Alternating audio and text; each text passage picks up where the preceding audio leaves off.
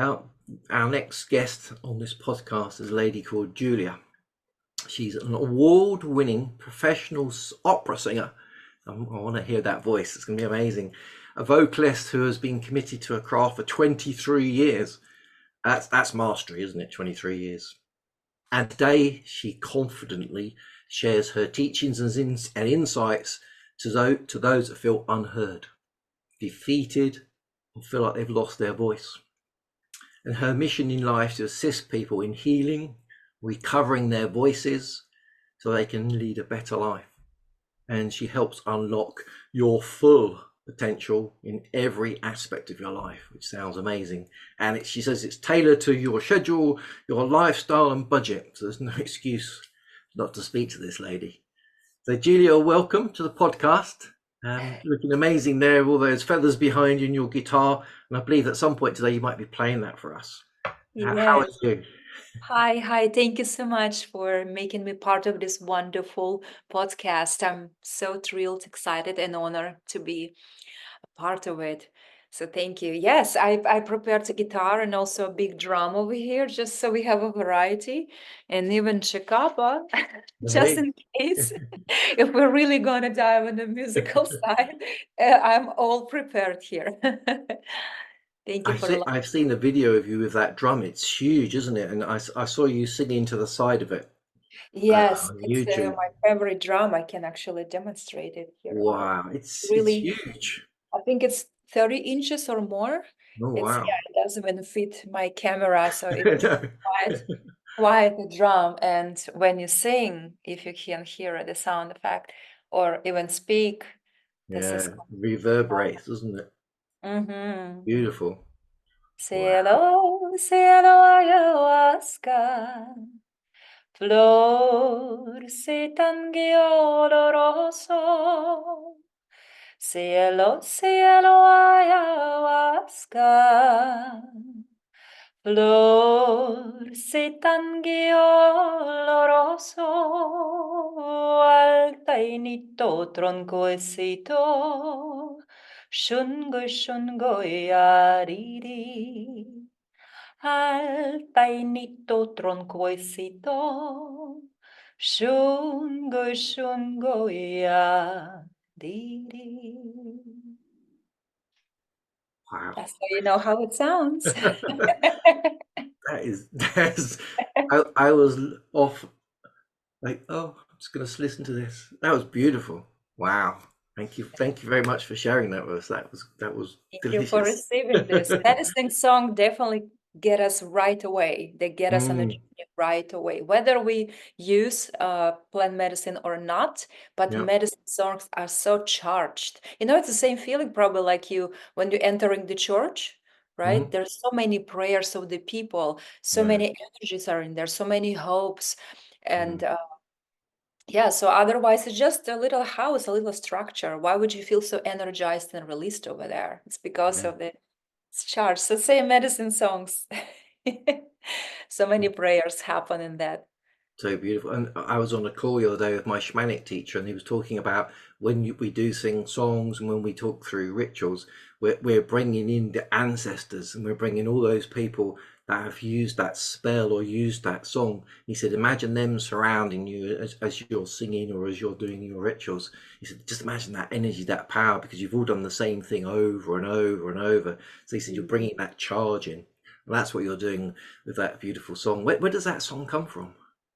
This is a Peruvian tradition song. It's usually by the text of it, you can say that it was devoted to Madre Medicine ayahuasca. Yeah. And it's a particular type of ayahuasca cielo, which I consider the strongest one I ever tried. It only grows in jungles of Peru, and the language is Quechua, which really what you talked about, that this topic that many people carry. So basically, song is so old, even just by the language. Quechua is such an old story dialect of Peru. Nobody really speaks it now. It's just such old. Can you imagine how many people and how long ago they were using song to pray? Ooh. Beautiful, isn't it? So people are probably thinking, where is this lady now? You've got this beautiful accent. Where in the world are you? So people understand. So right now I'm in sunny California, Los Angeles, until the end of this month. But I'm originally from Siberia, Russia. Very cold place. And yeah, beautiful at the same time with lots of woods.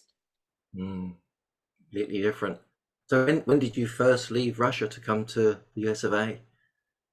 I think I was about 28 years old Yeah. when I moved over here, kind of came and started Yeah. um, growing in my opera career as an opera singer Mm, and so on. Yeah. beautiful. And do you still sing in opera? I actually do. Yesterday I was driving. It was a long 2 hours drive, so I was singing in the car to entertain myself. But yes, I do. I mean, not as I would do it before, Mm, literally like every month, every second month, I would have an opera contract with Opera House. Now it's not in that place, as my main business is retreats and supporting people on their healing journeys. And that's what I do on monthly basis. But from time to time, I'm invited to be a guest singer at some concerts. So because yep. concerts does not require so much preparation and weeks of rehearsals like Yeah. production, opera production with costumes and staging. So Mhm. I accept some concerts still, and we perform here in California, Nevada. Sometimes I fly to Colorado. So Mm. yeah, a little A bit little of it. bit. That's I love fine. it. I've never actually been to an opera, but obviously I've heard the operas on television mainly, and they're just amazing. But the language, it's Italian, isn't it? It's actually at least 7 languages. I would Seven, eight. remember, Oh I wow. would, this is like a magic number. I play 7 instruments. I sing 7 languages. I mean, now I sing even more because ancient languages came into my repertoire. Uh, in my operatic repertoire, I would say I mostly work with Italian language because verismo music like Puccini, that was on the table. Romantic music was my Yeah. main goal. I have a Uh, we call it in opera world full lyric soprano. So my repertoire kind of considered to sing a lot of Italian music and also Russian music. We no, have wow. beautiful Russian classical composers who wrote also romantic music, Mm. which requires my type of voice. So yeah, and German, yeah, Yeah, yeah. I sung quite a good number of German opera pieces. Yes. So you've got quite a repertoire, quite a few languages there as well. I mean, do you have to actually understand the language to be able to sing the song? 100%. Yeah. 100%. So you get That's a the feeling, I requirement. suppose. Yeah. Yeah, you should see my what would be the word for this? The book for the opera when I learn Yeah. it. Every word is translated, every word. And it's actually a lot harder for the opera singers because the language there is actually very old one. It's like Uh, when I speak a little bit Italian and German, and when I say to like try to speak to Italians like "oh scellerato," they're like, where did you learn this word? I'm like, isn't it like the translation of this would be like, hey, a villain or something yeah. like that? And like, nobody say it like that. It's like, I mean, we understand it, but it's ridiculous. I'm like, oh, okay. I think that was in 18th century. The Yeah. word from there. Old So language. Well, I know that. it's And beautiful yeah. to keep it alive, though, isn't it? That old language. Oh my Otherwise, God, it dies, yes, doesn't it? absolutely. Especially Mm, such masterpieces, musical mm, masterpieces. We bring these languages, we bring this the energy of that time, mm. and surprisingly, I've noticed now even more that every story, every book I read, it's pretty much life was has always been the same. You know, just the scenarios, the scenarios were the same. The only actors were different, the times were different, and circumstances were different, but stories are the same. Yeah, that's true. Yeah, and stories just keep us alive, don't we? We all love stories, and that's one Yeah. of the things. I move on to your story. You, Oh, yeah. I was reading on your bio that once you weighed something like nearly 200 pounds, and I mean you're amazingly thin and fit now. There must have been quite a journey. Oh my God. What was Yeah. that journey? It's a journey of my life. Yes, I It's a big topic, and I'm really so proud of myself, of what I've done. So I have a tendency to gain weight. It's just like I was the biggest child, even in the kindergarten already. So unfortunately, yes, my diet when I was a child wasn't great at all, Mm. and I wasn't supervised properly. And then I've lost some weight, like really a lot of weight, when I was doing sport gymnastics, Yeah.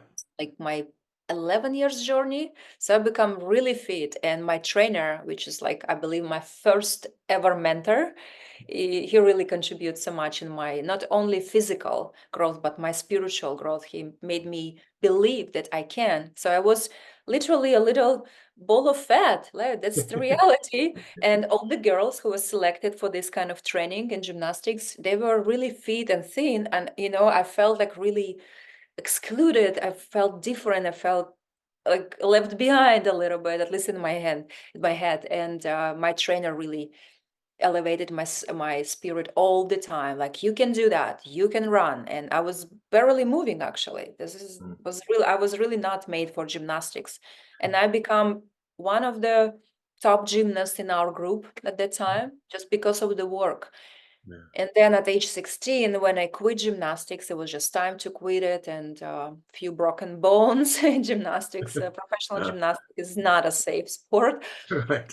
I gained my weight back, like Mm. all of it. I was 200 pounds. I was Wow. stressed out, and I also couldn't really manage my diet very, very well, as I was first year in music college. I just moved from Siberia to Moscow, so I really didn't have those tools and finances, resources to really take care of myself. And of Mm. course, I didn't have any knowledge Yeah. like how to take care of myself. So before, my physical movements were burning all those calories and stuff, but now when I stopped and didn't have any tools how to take care of my body, I gained this 200 pounds. I would say the hardest was on Mm. emotional level, because I was struggling. I was crying at night. I didn't like what I see in the mirror. I didn't recognize myself. And yeah, so it was a journey, quite a journey. I started learning tools. Of course, I made all the possible mistakes. I started doing like fasting because I wanted it fast, right? Like our mentality of human. I wanted fast, like lose 100 pounds in 15 days or money back guarantee. That's me. That was my mentality. So I was trying all the extreme methods, also medications, obviously, so all kind of tricks, and I realized it didn't work on the long term, or Yeah. didn't work out at all. This is the reality. And little by little, I've learned how to manage my diet, again with all the mistakes and excluding certain things, doing this keto diet, big mistake, doing this high protein, low carb, low fat, big mistake, ruined my kidney, really. So Mm. I've learned with through yeah. And now finally, already, like I would say last 7 something years, I'm not only in a good shape, stable shape, but I also I've healed my body, literally healed my body. I'm not sacrificing my health in Mm. case to achieve certain physical shape like I was doing before, like cutting my carbs and stuff, not eating fruits, certain things, eating chicken breast with spinach without any oil and salt. That was literally my, and yeah, I looked Mm. fabulous, but my kidney didn't feel fabulous at all. So now I know how to manage it and still stay lean, and very, very much it's just about knowing what to do, I would say, being educated and prioritizing health of my body instead of shape of my body. And Yeah. shape, it is secondary.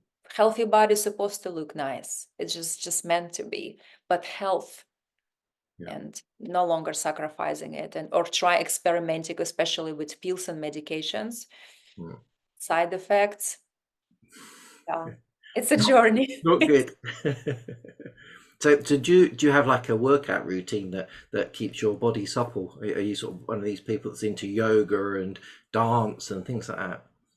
I would say I love them all. And Yeah. one day I feel like going for a good run. One Mm. day I open to like activate my growth hormone and do like HIIT, like high intensity interval program. Yeah. Some days I just want to do stretching and yoga at home. Mm. I'm quite advanced, I would say, advanced in yoga, yes. Um, and someday I just go for a walk. If Mm. I'm on my period, for example, I still prefer to move my body, Mm. receive my vitamin D3, and I would just go for a walk, and I would consider it as a workout that day. Yeah. So it's all kind of mixes, and Yeah. yeah, It's not fixed. It's good to have a routine that's flexible, but as long as you're doing something. Yeah, that's and gorgeous. mindset. The Yeah, that's one of mindset. the big I, ones. I have to admit that I use hypnotherapy, self-hypnosis, Oh, to wow. motivate myself and stay in shape. Yeah. It's a beautiful technique, let's say like a workshop called Mental Bank. In my college of hypnotherapy, I graduated HMI college. The founder created this method. I don't know why it's still not so well known, but basically you reward yourself with the fantasy money for the real positive action. And I'm doing it for about a year and a half. It's mind blowing. It's mind blowing. I never have to push myself to go work out or do anything or juicing or cleansing, even colonics, because our subconscious mind, my subconscious mind, every day receives some treat in the form of this fantasy money, right? Kind of the reward, form of reward for the positive action, and feels rewarded and want to do it again and again. So I kind of Yeah. trained, It's a yeah. clever idea, isn't it? So basically, if I went and did some yoga, I could put some $500 in my bank, and if I went for a walk for half an hour, I can put $50 in my bank and keep Yes, moving. yes, something like Ah, that. right. Yeah. That's a clever And idea, isn't it? Then that motivates you because we're all, yeah, yeah, unfortunately, we're all motivated by a level of money, aren't we? So it's a good way of doing it. exactly. Mm. Yeah. And again, like some people ask me, why is it money? It's just universal symbol of reward. Yeah, For exactly. the kid, that would be milk, you know. But for us, for people, we don't want to like how you want to like reward yourself.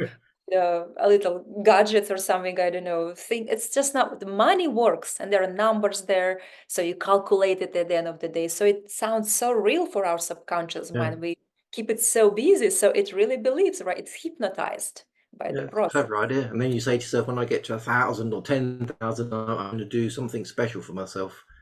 Yeah, Uh-huh, yeah, I like yeah. that. That's a good idea.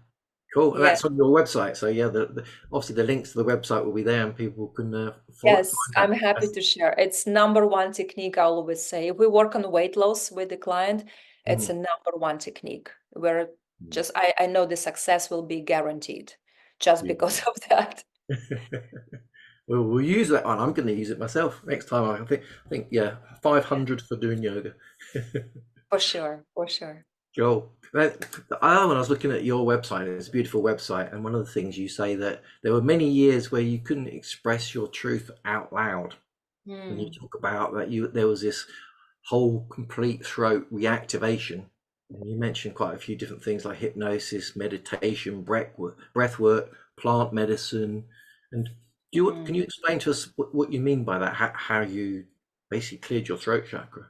Did that help It's you a with your really singing? beautiful. It's a really beautiful question. Thank you for that. I'm not always asked that, and it's really helps me right now to really express and finalize, structure what I've been through. I've Mm, mentioned so many techniques over there that I've been doing, and plant medicine, I guess ayahuasca that really changed my life, and yoga and breathwork, and this is all truth.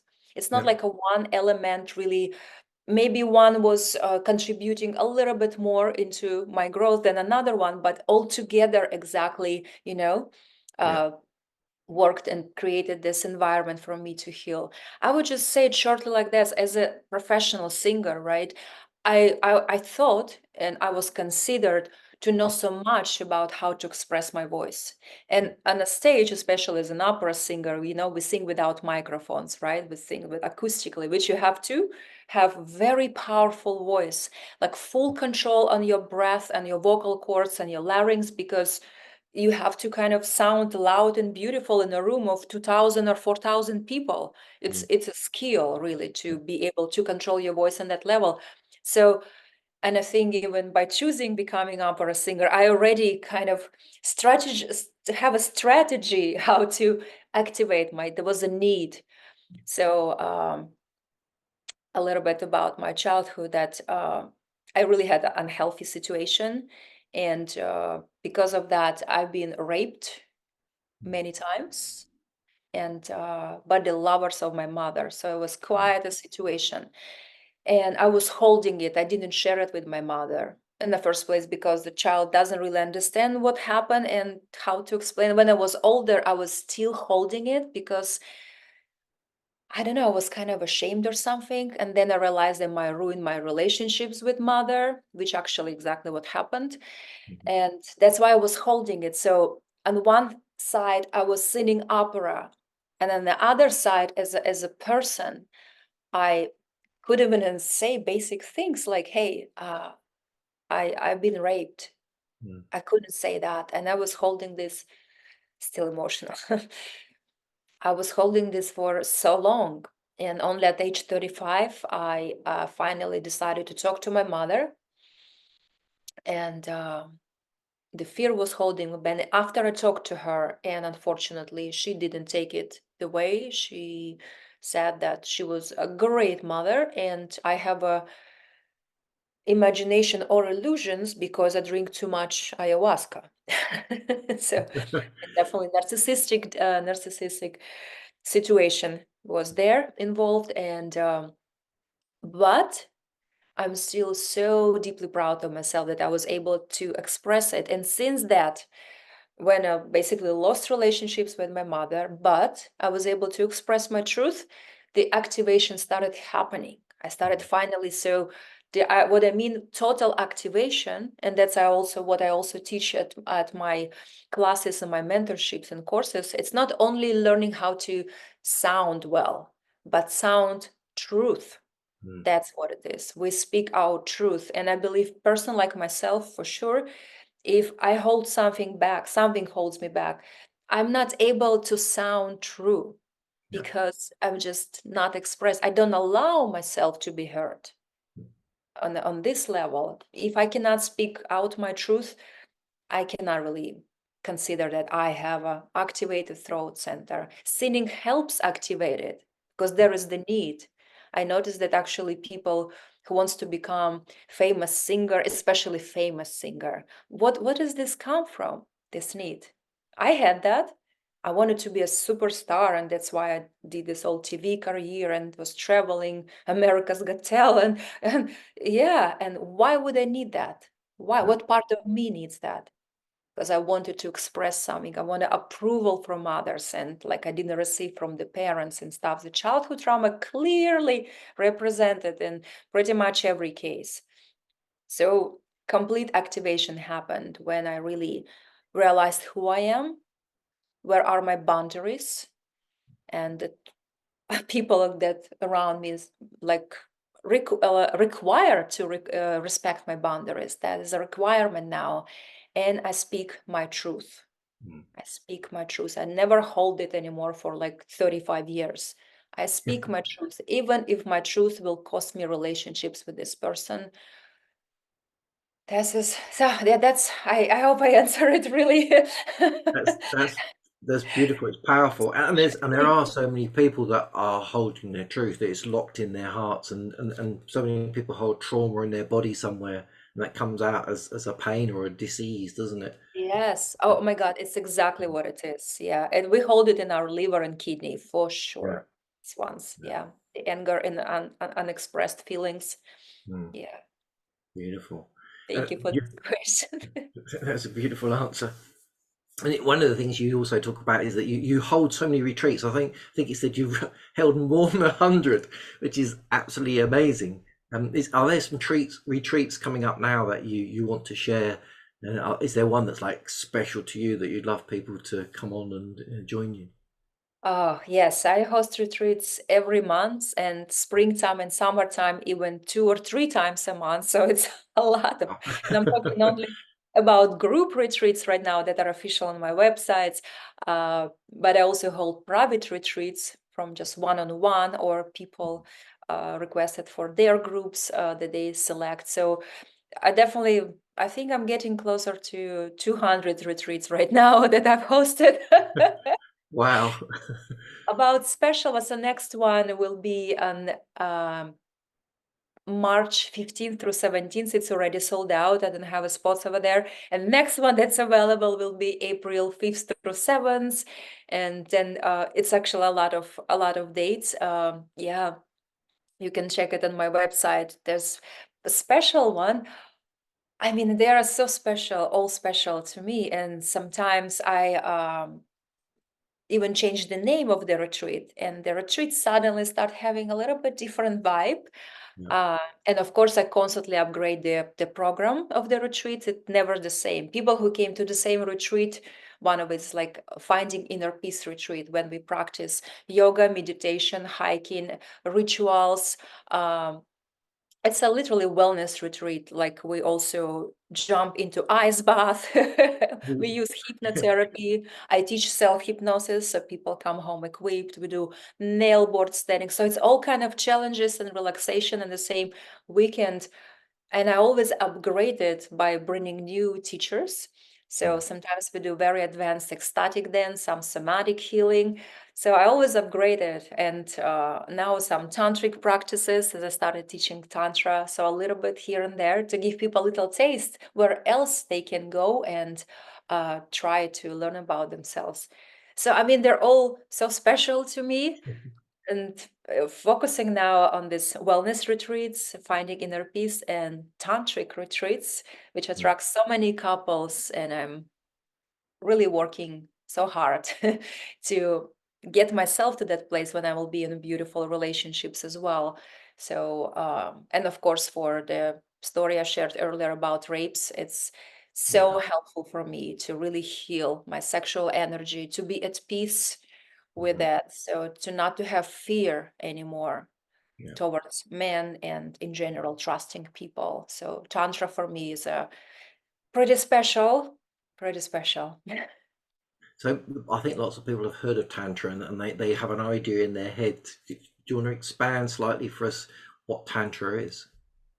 Yes, so I've learned from a few teachers, and some of them are, like traditional yogic tradition. So it's a Tantra yoga we involve. And I learned a little bit from Tao. So it's more about energy movement. So sometimes, even when I teach my students in the beginning, they feel like, oh my God, what is it? Is it really Tantra? Are you sure it's Tantra? So it's mostly about knowing where your organs are, how they work, how energy moves through your body. So basically, it looks like a health, course or something like that. And but only through that, actually, when you know exactly when your kidney is, how it feels when you squeeze, how your body, how your hormonal level changes when you change your breath, for example, such a simple thing, right? Just simple adjustment, very tiny one.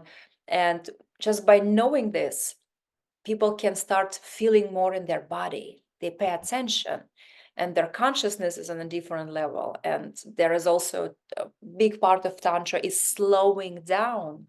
So it's also very therapeutic, just slow down our life, our thoughts, our breath, and become one with the partner through the breath work. So we're kind of mimicking their breath, and by that already connection happens.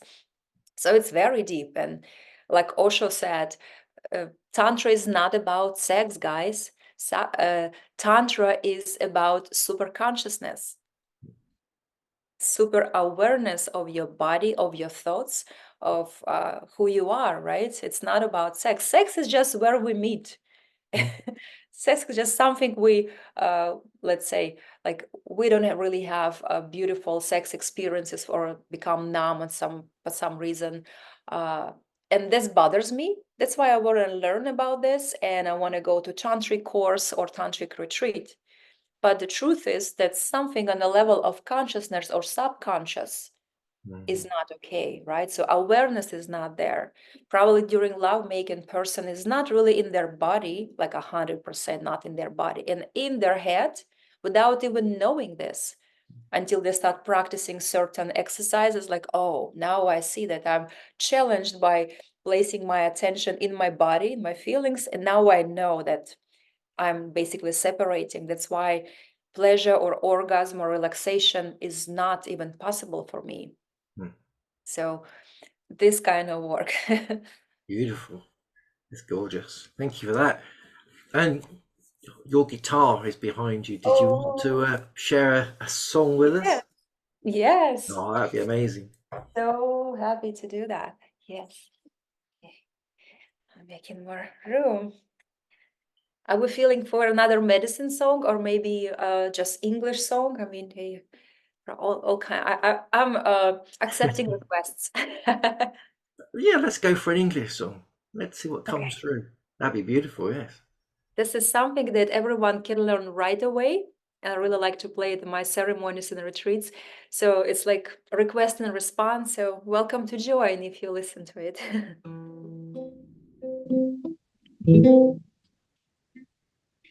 All that I am, I offer at the altar of love. All that I am, I offer at the altar of love in sweet surrender. It's sweet surrender. All that I am, I offer at the altar of love.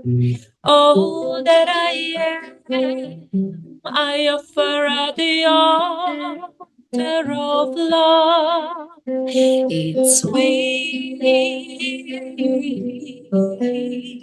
surrender. It's sweet surrender. All that I am, I offer at the altar of love. All that I am, I offer at the altar of love and sweet surrender and sweet surrender.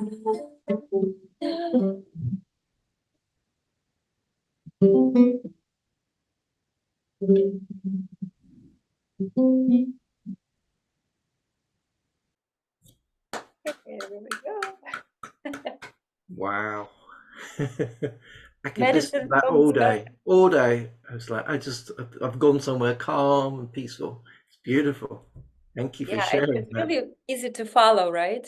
In a few rounds, you kind of just like a You can mantra. just imagine everyone sitting there swaying and singing it, sitting around a fire after a long day. Beautiful. Mhm. Yeah, and the lyrics are so simple and really all that I am, I offer at the altar of love. And if you just keep repeating, keep focusing on it, it's Mm, just like affirmation, mantra for yeah, healing, for really focusing our attention to be at the place of love. it's Yeah, beautiful. love medicine songs. That's also something that I made a part of my vocal courses. Before, I was only teaching people activating their vocal center and connected with Mm, their gut, right? With the intuition, with the self-awareness, so psychological and singing part. And now I also offer medicine songs for learning because mm, many people really want to experience that, learn about it, deepen their relationship with plant medicine. And that's how we do that through learning their prayers, their songs. it's beautiful. And do you normally go to sort of places like Peru and Colombia to have your plant medicine ceremonies? Yes, I go to Peru mostly, and I have teachers that I work with who are from Brazil as well and from Colombia, but mainly my teachers are from Peru, Mm, and I work with tribe Shipibo. yeah, It's very well known in like medicine circles. Yes, I've been beautiful. doing it for quite a while, and also part of this training and Mhm. cell growth is doing dieta, spiritual diet. It's when not only plant medicine, ayahuasca involved, but we also very limited in terms of how much food we take. So it's basically almost fasting for Yep. a couple of weeks, and eating very a little bit of specific food, which is like, oh my God, yeah, you're hungry there, and drinking ayahuasca every second day. Mm. And on the top of it, adding specific plants that's supposed to clean either your like joints, parts of the body, or bring you or deepen your journey with ayahuasca. So it's quite intense journey, I would say. Usually people after only like maybe a few years of working with medicine, only after that they're ready for dieta like that, because it is next level of challenge. Right. Yeah. I've only ever done one set of ayahuascas. I went to Colombia and that was beautiful. It was like 5 days in a row. We did some day ones and evening ones, and yeah, Yes. I completely changed the whole trajectory of my life. I met Mm. gods and goddesses and saw things that I was extremely afraid of, and saw other things that made me go, "Oh, it's this. We are one." And yeah, it's Yes. something that many people are afraid of, but it's if you do it, you realize it's beautiful. Yeah. It really changed my life. And by the way, I just want to really share this short journey. Some people like you come there for a spiritual experience, and it's profound. For me, ayahuasca came literally a last second of my life, because I was literally prepared Mhm. to kill myself. I was on the verge of suicide. That was it, and I was ready for it. And just was a call of my friend, and she said, "What are you doing?" And I was really honest. I didn't try to hide it. I said, "Well, I'm staying on my balcony on 15th floor, and I'm thinking just like make this step forward." She's like, "Well, there is an ayahuasca ceremony next weekend if you want to try before you do the balcony journey." uh, she was kind of sarcastic, but she was perfect that That's what you time. needed. Yeah. Yeah, she brought me back a little bit. And I said, well, Mhm. she also mentioned, you will never be the same. It might be extremely challenging.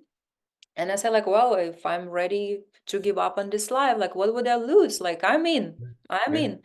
And yeah, I came to the ceremony, and literally exactly, it was very challenging. It was Mm. going to the hell and back, to Mm. me personally, extremely Yep. challenging. But in the morning, I woke up a different person, and I wanted to leave. And there was second ceremony, and I literally found out such a incredible sense of self-love, that I didn't need any others' love in this world to feel satisfied, appreciated, and cherished. I love myself. I am all I have, all I need. There was such a profound, like every guru, basically, every spiritual teacher says it everywhere from every corner, right? But I didn't receive it until ayahuasca kind of spoke it from inside of my being.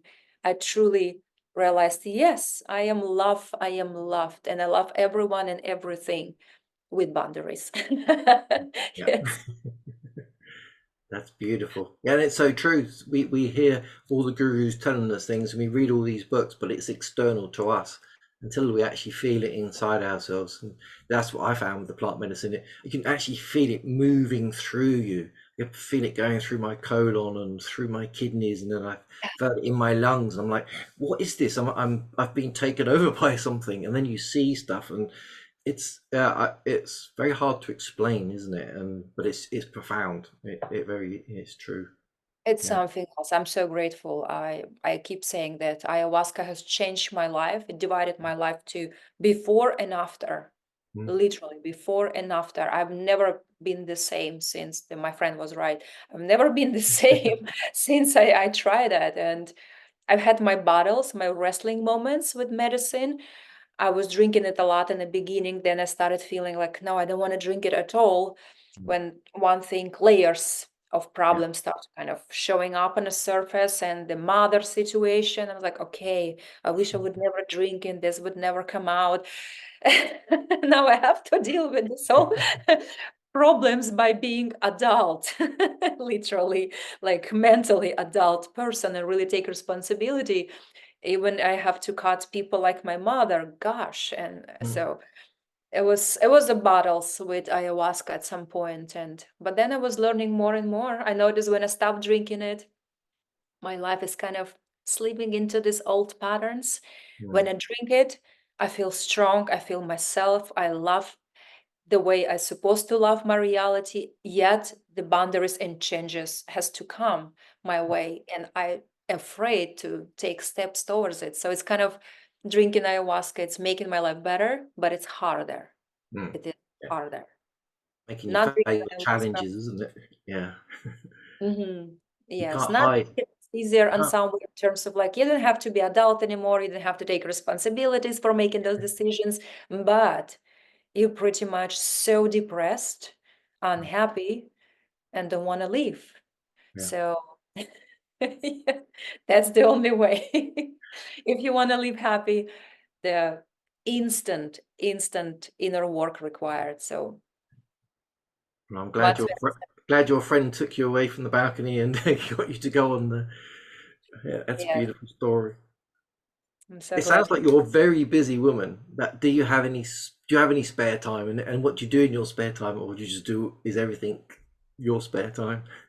Yes, I'm actually trying to find a very good balance. Last few months was even harder because I'm Mm. building my retreat property in Joshua Tree, my own property that I will call a retreat center soon.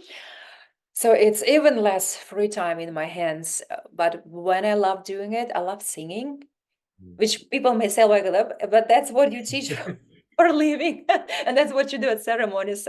Yes, but yes, when I want to take a moment and grab my guitar Mm. and I just maybe write a song or just play a song I know. I definitely love to connect with nature. That's something I really adore. We can also consider it as like going hiking. It is kind of workout. I mean, I would say yes, but also a rest for me. And I sometimes go and play volleyball at the beach as well. Like we have a team over there. And of course, I love to talk to my close friends, spend time with them. I prioritize spending time with like-minded people. Mm. My family, my spirit family, my community is as precious. And it's not about needing validation going somewhere. I mean, it's just being surrounded, being kind of feeded, watered as a plant, as a flower, being watered by this energy of my community. It means a lot to me. That's my Yeah. favorite ways of, yeah, spending time, just nourishing probably my roots, and sometimes also reading good books Mm. that is not about work, not about anything like that. But so funny, every time like I started to learn tantra, I started reading tantric books, and eventually I start teaching tantra. So I cannot really say, so everything I do for fun, I would say like that, eventually kind of involves me in that state that I want to be stronger and that dive deeper, and eternally it kind of eventually it becomes either a course or my program. But in the beginning it really was my intention. Big intention was to heal certain parts of me, find out certain things. So yeah, self self-realization path is kind of something that I'm trying to be the most time of my life, and through the books, through the music, through the practices, and of course practicing tantra and yoga by myself is it's fun. Mm. Beautiful. So you were talking about this place. Was it Joshua Tree? Yes, it's literally So a Joshua. treat that you're creating. Wow. And I've got 5 acres with a Oh, wow. beautiful little, like not big ones, but small mountains view. There are not the big ones, but I have a 16 Joshua trees at my property. So I'm Nice. going to make a kind of a little altars around each tree because Yeah. it's precious there. It's a pressure. Yeah. Wow. I look forward to seeing that. I think I might need to pop over and Please come to California. experience. Please come to California. That would be a space. I'm bringing, there's already electricity, like off the grid electricity version, and it's going to be um, eco-friendly Mm. structure, at least as much as I can do it. So far, it is absolutely eco. So we reuse all the gray water to feed the plants.